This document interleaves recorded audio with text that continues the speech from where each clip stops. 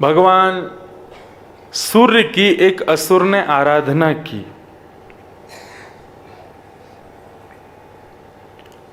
आराधना करने पर भगवान सूर्य ने उस असुर को वरदान देने के लिए सूर्य भगवान प्रकट हुए। उस असुर से पूछा, तुम क्या मांगना चाहते हो? तुमने इतनी आराधना की, हमारी तपस्या की, तुमको क्या चाहिए?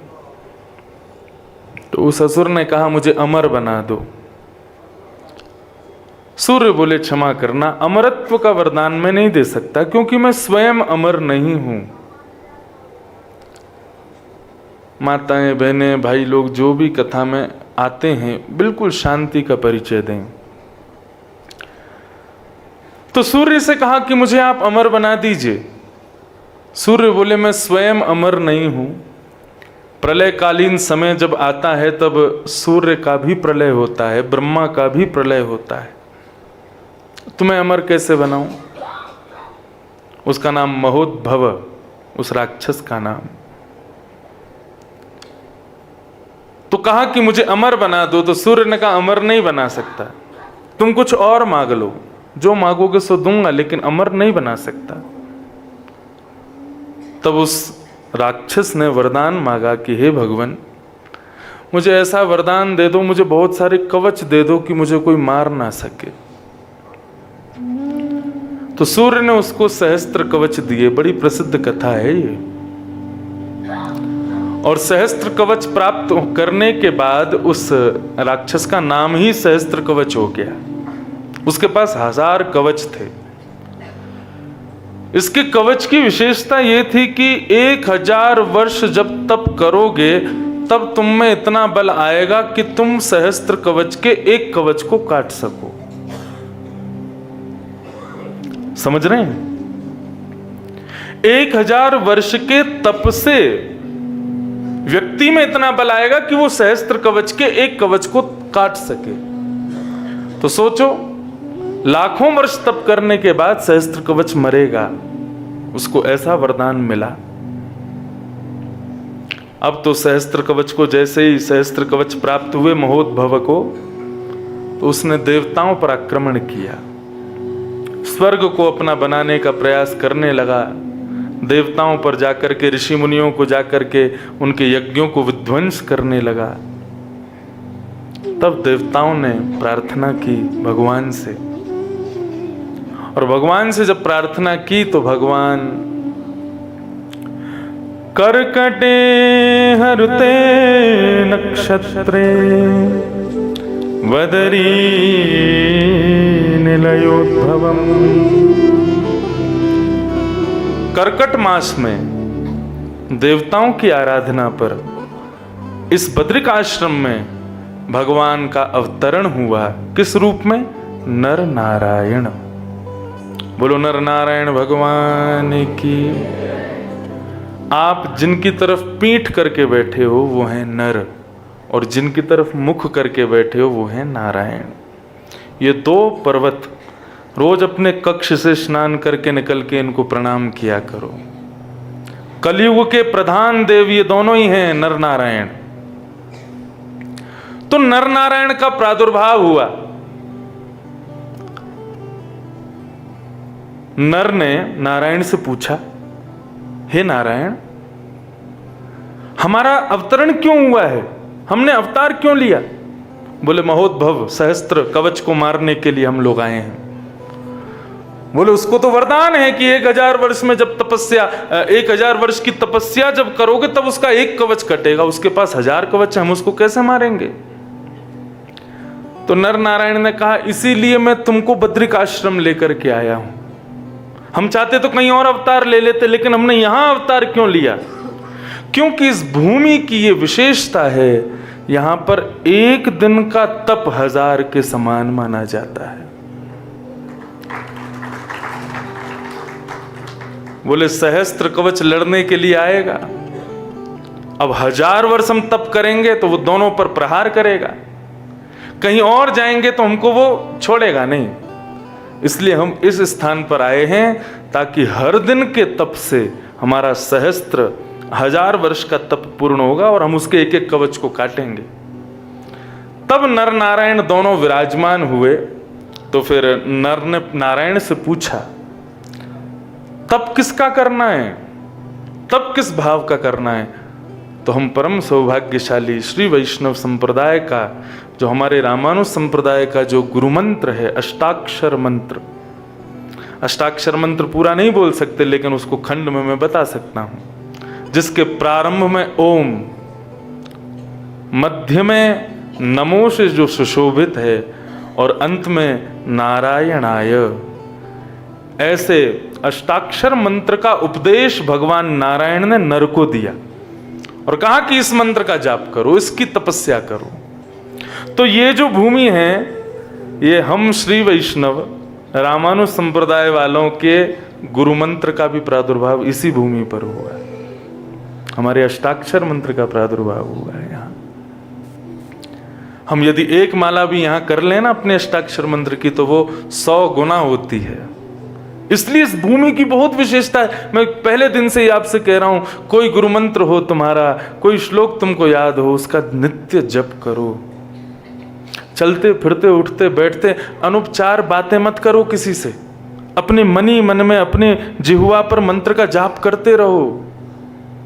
यह साधारण नहीं है बद्रीनाथ, यहां की वायु में नारायण का निवास है। क्यों संत जन सब छोड़ छाड़ करके बद्रीनाथ में रहते हैं, 6-6 महीना यहीं पर तप करते हैं। 6 महीना ही मिलता है, उसके लिए भी सब भागते हैं नीचे से कि हम यहाँ रहें, यहाँ रह के ठाकुर जी का स्मरण करें, क्योंकि यहाँ पर मंत्र का प्रभाव अति उचित होता है। आप लोग बद्रीनाथ मंदिर का दर्शन करने जाते हैं तो वहाँ पर मंदिर के सब फोटो खिंचवाते हैं। मुख्य द्वार के बाहर भीड़ खड़ी रहती है, दर्शनार्थियों की कम, फोटो वालों की ज्यादा। लेकिन आज जाना और जिस सिद्धि से ऊपर चढ़ते हो वहां नीचे एक श्लोक लिखा है, उस श्लोक को पढ़ना। क्या लिखा है? बहुनि सन्ति तीर्थानि दिव्य भूमि रसातले बद्री सदृशं तीर्थम न भूतो न भविष्यति। इस धराधाम पर, इस पृथ्वी पर, और पृथ्वी की नहीं कहूंगा, रसातल से लेकर के और तीनों लोकों तक बद्रीनाथ जैसा तीर्थ नहीं है। क्यों? बोले यहां पर व्यक्ति का किया गया इतना सा भी सत्कर्म, ठाकुर जी उसको मल्टीप्लाई बाय 1000 करते हैं, इतना गुना होकर के वो उसको प्राप्त होता है। बल्कि हमारी इच्छा ठाकुर जी के, हमको कोई पुण्य कमा के कुछ, हम कोई सामान्य वस्तु तो चाहिए नहीं। हम यहाँ नाम जप क्यों कर रहे हैं, हम यहाँ कथा क्यों सुन रहे हैं? हमको ठाकुर जी की प्राप्ति करनी है। तो बंबई, दिल्ली, कलकत्ता आदि हमारे क्षेत्रों में तुम करोगे, उसका तो फल थोड़ा ही, उतना जितना करोगे उतना मिलेगा। लेकिन यहाँ पे जितना हो सके उतना करो। और एक और बात सुन लो, ओम नमो भगवते वासुदेवाय एक बार मंत्र जाप करने का जब मल्टीप्लाई बाय 1000 हो सकता है, तो यदि किसी को तुमने गंदी गाली दी तो वो भी मल्टीप्लाई बाय 1000 हो जाएगी। यहां किसी के प्रति यदि तुमने असद भाव हृदय में रखा तो वो भी मल्टीप्लाई बाय 1000 हो जाएगा। अन्य क्षेत्रे कृतम पापम पुण्य क्षेत्रे विनश्यति। अन्य क्षेत्रों में किए हुए पाप पुण्य क्षेत्रों में नष्ट हो जाते हैं, लेकिन पुण्य क्षेत्रे कृतम पापम वज्रलेपो भविष्यति। वो पत्थर के समान हो जाएगा, उसको कोई नहीं तोड़ सकता।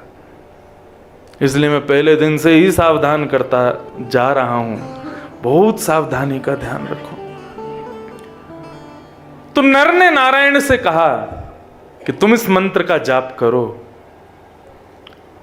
इतने में ही सहस्त्र कवच सामने से आ गया। तो नर युद्ध जब करता है तब नारायण बैठ करके तपस्या करते हैं। एक कवच एक दिन में जैसे ही उसका कटता है, इतने में ही वो दूसरा कवच जैसे ही निकलता है तो वो इतना तेजवान होता है कि नर मूर्छित होकर के गिर जाते हैं। तब नारायण खड़े होते हैं, नारायण खड़े होकर के फिर युद्ध करना शुरू करते हैं। तब तक नर बैठ करके तपस्या करता है, तब उसका दूसरा कवच टूटता है, दूसरे कवच के तेज से नारायण मूर्छित हो जाते हैं, फिर नर खड़ा होता है, फिर नर युद्ध करता है, नारायण तपस्या करते हैं। इस प्रकार करते करते करते करते करते करते 999 कवचों को दोनों ने ध्वस्त कर दिया। जैसे ही उसके पास एक कवच बचा, भागा सीधा सूर्य के पास, मेरी रक्षा करो। सूर्य बोले यहीं छुप जाओ, ये तुम्हें नहीं मार पाएंगे, तुम्हारा वध नहीं कर पाएंगे, तुम्हारे पास एक ही कवच बचा है। यदि तुम बद्रिक आश्रम में गए तो ये दोनों तुमको मार देंगे, क्योंकि वहां पर 1000 वर्षों का तप एक ही दिन में हो जाता है, इसलिए तुम अब यहां से मत जाना, यहीं रुक जाओ। लेकिन नर नारायण ने दोनों ने बैठ करके यहाँ इतना तप किया, इतना तप किया कि वे इतने बलवान हो गए कि अब सहस्त्र कवच के अंतिम कवच को काटने के लिए एक दृष्टि उनकी काफी थी। लेकिन अब यहां तो वो आने वाला नहीं था। तब उन्हीं सूर्य ने अपने उसी शिष्य को कुंती जी को पुत्र रूप में, कर्ण के रूप में दिया। जब कर्ण वही सहस्त्रबाहु बनकर के महाभारत युद्ध में आए तो भगवान कृष्ण ही नारायण रूप और नर ही अर्जुन के रूप में प्रकट हुए। दोनों जब युद्ध करने के लिए गए, भगवान बोले इसके कवच मांगने पड़ेंगे। कर्ण का एक स्वभाव था, ब्राह्मण जो मांगे, जब मांगे तब देता था। भगवान एक ब्राह्मण का रूप धारण करके गए। आज कर्ण युद्ध करने के लिए जा रहा था महाभारत युद्ध में, इतने में ही इंद्र ब्राह्मण का रूप धारण करके आ गया। ब्राह्मण बन करके आया, रथ के सामने आकर के खड़ा हो गया और आकर के कहने लगा, ब्राह्मण आए हैं, कुछ दोगे नहीं कर्ण? कर्ण के सारथी ने मना किया, बोले कर्ण आप युद्ध के लिए जा रहे हो, अभी ये दान देने लेने का समय नहीं है, मना कर दीजिए आप, क्योंकि मैं जानता हूं ये क्या मांगेगा आपसे, इसलिए भगवान अभी युद्ध का समय है, आप मना कर दो कि मैं कुछ नहीं दूंगा। लेकिन कर्ण का स्वभाव है, ब्राह्मण को देखते ही उनके चरणों में प्रणाम करता है और कहता है आप जो आज्ञा करें मैं दूंगा। ब्राह्मण ने कहा मुझे अपने कवच कुंडल दे दो। कर्ण के नेत्र सजल हो गए। कर्ण साधारण पात्र नहीं है। कर्ण का पूरा जीवन बहुत सुंदर है। महाभारत में प्रत्येक मानव अपने जीवन में 5 अग्नियों को तापता है। ये जीवन में संकट रूपी, जीवन में दुविधाएं रूपी, जीवन में विषमताएं रूपी जो आपके सामने परिस्थितियां आती हैं, वो अग्नि के समान हैं। ऐसे जीवन में 5 अग्नियां आती हैं, जब तक उनको नहीं तापोगे तब तक छठवीं अग्नि चिता प्राप्त नहीं होती, और उससे पहले यदि प्राप्त हो गई तो बाकी की अग्नि तापने के लिए तुमको फिर आना पड़ेगा। इसलिए संकट जीवन में आवे तो स्वीकार करो, उसको अग्नि के रूप में, पंचाग्नि के रूप में स्वीकार करो। कर्ण ने भी अपने जीवन में 5 अग्नियों को तापा। उसमें से एक अग्नि ये थी, जब सामने इंद्र खड़ा है ब्राह्मण के रूप में और कह रहा है अपने कवच कुंडल दे दो, तब सारथी चरणों में गिर करके कहता है कर्ण मना कर दो कि अभी मैं युद्ध के लिए जा रहा हूं, मैं नहीं दे सकता। तब कर्ण के नेत्र सजल हो जाते हैं और अपने सारथी से कहता है जरा सामने नजर उठा के देख, हम किससे युद्ध कर रहे हैं? बोला पांडवों से। बोले नहीं, पांडवों में अर्जुन के रथ के सारथी को देख, कौन है वो? बोले साक्षात कृष्ण, साक्षात नारायण। बोले तू ही बता, मानव यदि लड़ने के लिए आवे तो हम अपने बल का अभिमान करें कि मेरे पास कवच है, मेरे पास ये धनुष है, मेरे पास ये तलवार है, लेकिन यहां तो सामने लड़ने के लिए साक्षात नारायण खड़ा है। किससे बैर करूं मैं? मानव थोड़े ही है मेरा शत्रु, मेरा शत्रु तो साक्षात भगवान है। और ऐसा कहते हुए कर्ण ने अपने कवच को निकाल करके कानों के कुंडलों को इंद्र को प्रदान कर दिया। तो उस कर्ण की मृत्यु की भूमिका यहीं से प्रारंभ हुई। वो हैं भगवान नर नारायण। जिन्होंने पृथ्वी की रक्षा के लिए, तीनों लोकों की रक्षा के लिए सहस्त्र कवच का वध किया।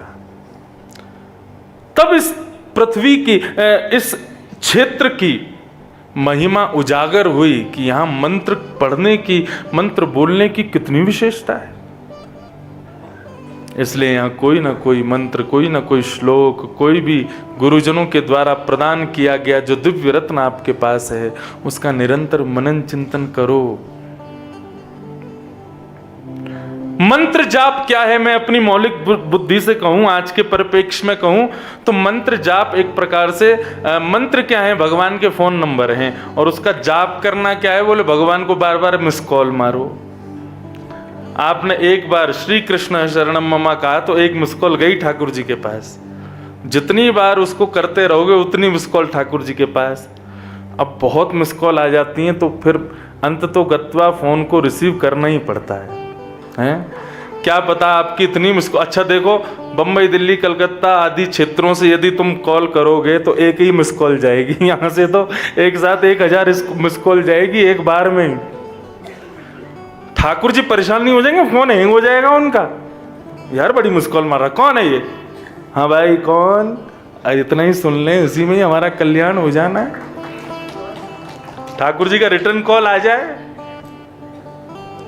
और ठाकुर जी का रिटर्न कॉल क्या है, उनके प्रति जो हमारी प्रीति है, उनके प्रति जो हमारा प्रेम है, उनके प्रति जो हमारे भाव हैं, वो जब नेत्रों से अश्रुबिंद बनकर के छलकते हैं ना ठाकुर जी का स्मरण करते हुए, समझना ठाकुर जी ने मिस कॉल मारी है हृदय पर।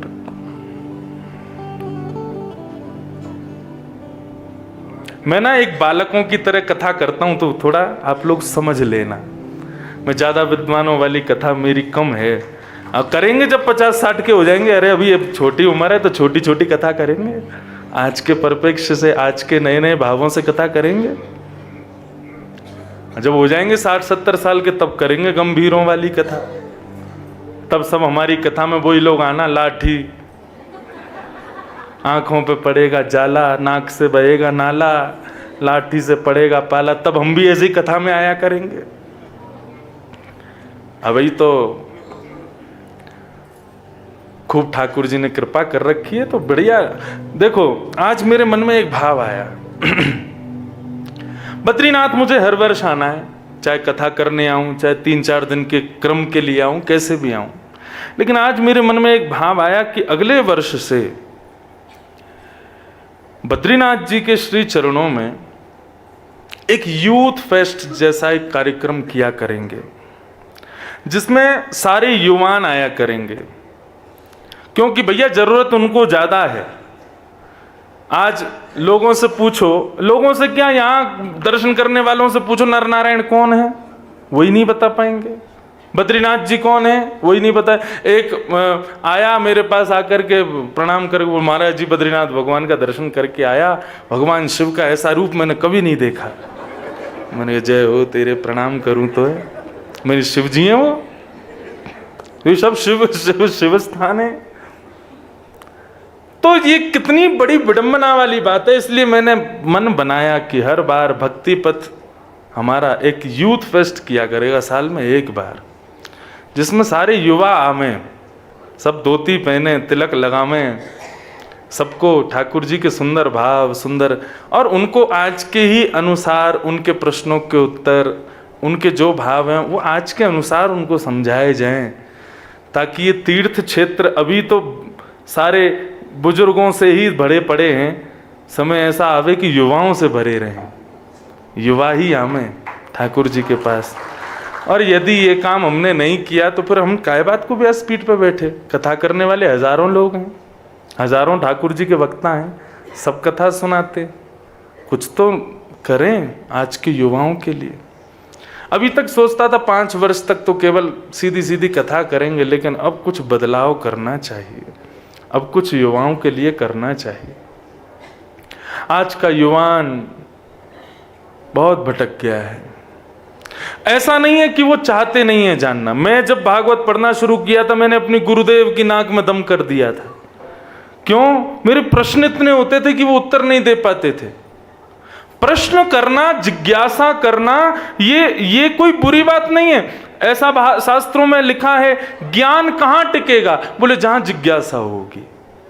जिसके पास जिज्ञासा नहीं है वहां ज्ञान टिक नहीं सकता। और ये बात आप भी मानोगे, आप अपने बच्चों को भी देखो, जिज्ञासाएं बहुत हैं उनमें, लेकिन उनको बताने वाला कोई नहीं।